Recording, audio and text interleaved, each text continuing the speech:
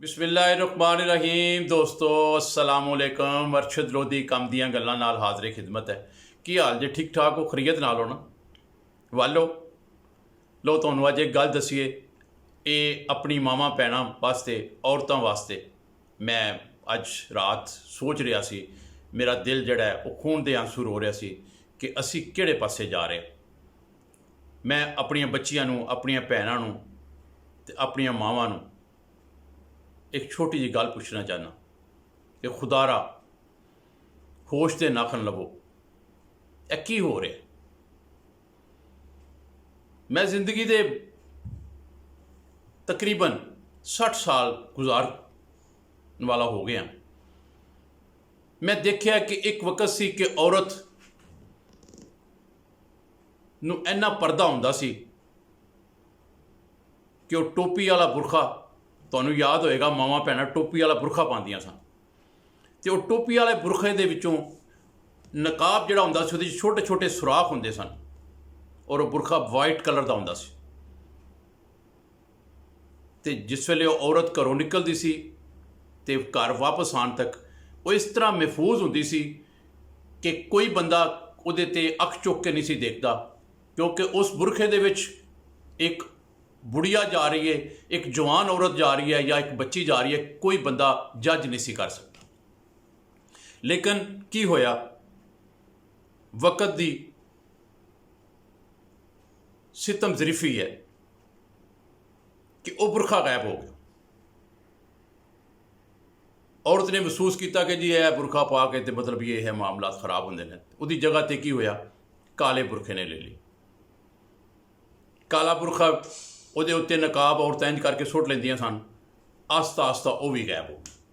Abaya आ गया। Abaya एक fashion सी जिन्हों बड़ा मतलब औरतां ने अपने जिसम के मुताबिक उसकी एडजस्टमेंट की होंदी सी, टाइट होंदा सी, उहदे चों औरत का जिसम जिहड़ा वादे नज़र आंदा सी ते क्लीयर हो जाता सी देखने वाले नूं कि ये आया औरत किस एज दी या बच्ची है। उसकी खूबसूरती भी वो नज़र आ रही होंगी सी। खैर वक्त ने फिर पलटा मारिया। की होया कि वह बाया भी गायब हो गया। वो शार्टकट जिहड़ा बुरखा सी वह भी गायब हो गया। उसकी जगह ते की आया, औरत ने कहना शुरू कर दिता कि पर्दा औरत की अख विच हुंदा है, इस वास्ते इन्हां बुरखियां शुरखियां की कोई जरूरत नहीं गी। बंदे नूं इस गल ते कायल कर लिया कि जनाब बुरखा पुरानी गल हो गई है, पुराने ओल्ड औरतां पांदियां सन, यह नवां दौर है, तुसीं किहड़े वक्त दीयां गल्लां करदे हो, कोई जरूरत नहीं। जे अख विच शर्म हो आया तो बुरखे पाण नाल या ना पाण नाल कोई फर्क नहीं पैंदा। चलो ठीक है, बंदे ने तस्लीम कर लिया। फिर की होया, औरत ने सिर ते दुपट्टा लेना शुरू कर दिता तो आम सूट दे विच घरों निकल के बाजार या किसी रिश्तेदार नाल जाना शुरू कर दिता। फिर चंद सालों जी तब्दीली आई है, वो की होया कि वह दुपट्टा जिहड़ा है वह सिर तो सिरकदा होया शानियां ते आ गया। औरत ने उस दुपट्टे नूं इस तरह अपने गल दे विच पाना शुरू कर दिता।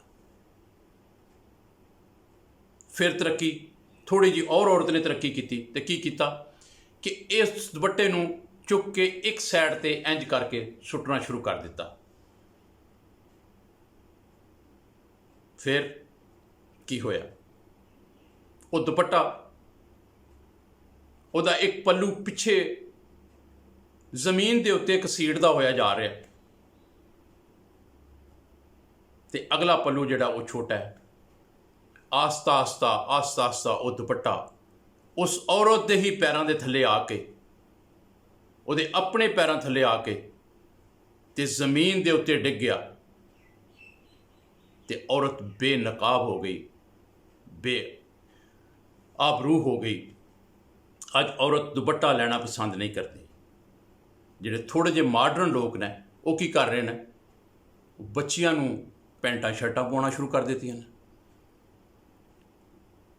कोई नहीं जी, ये किहड़ी गल है जी, मॉडर्न दौर है, पैंट शर्ट पाओ बच्चियां, कोई फर्क नहीं पैंदा जी। बच्चियां ने अजे किहड़ा जनाब, इन्हां दी जिंदगी है जनाब, इन्हां नूं कुछ करन दिओ। वो पैंटा शर्टां जिहड़ियां ने, वो शर्ट पहले फुल बाजू हुंदी सी, हुण टी शर्ट ਤੇ ਇਸ ਤੋਂ ਅੱਗੇ ਕੀ ਆ ਰਿਹਾ ਅੱਲਾ ਹੀ ਹਾਫਿਜ਼ ਹੈ।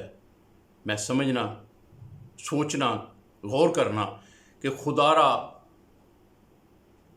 ख्याल करना ऐसा ना होवे कि यूरोप का जिहड़ा कल्चर है वो साडे मुल्क च आ जाए तो औरतां निकरां ते टी शर्टां पा के रोड ते आ जान ते जिहड़ा मर्द है वो बिल्कुल एक बराए नाम मर्द रह जाए, जिहदी हुक्मरानी कोई ना होवे कि औरत अपनी मनमानी करके जिस तरह का चाहे लिबास पावे या ना पावे, उन्होंने इहदे नाल कोई फर्क ना पवेंदा होवे। खुदारा पाकिस्तान ते तरस खाओ। 14 अगस्त है अज, आज़ादी का दिन है, तो आज़ादी का मतलब कभी भी यह ना लवो कि तुसी बिल्कुल अपने आप नूं नंगिया कर लवो। आज़ादी का मतलब कुछ होर सी। आज़ादी का मतलब समझण वास्ते खुदारा अपने वड्डियां नूं पुछो, जिन्हां ने कुर्बानियां दित्तियां ने, जिन्हां ने अपने सामने अपने माँ बाप नूं, अपने बच्चों नूं कतल होंदियां वेख्या। यह आज़ादी नहीं है। जिहड़ी आज़ादी तुसी ढूंढ रहे हो ये आज़ादी नहीं जेगी। आज़ादी का मतलब ये नहीं है, ये फाशी है, इनू आज़ादी नहीं कहते। खुदारा मेरी इस गल ते गौर करना, तो गल समझ आई होए, पसंद आई होए तो इनू लाइक भी कर दिओ, शेयर भी कर दिओ। तो बशरते ज़िंदगी अगली वीडियो फिर मुलाकात करांगा। अल्लाह हाफिज़।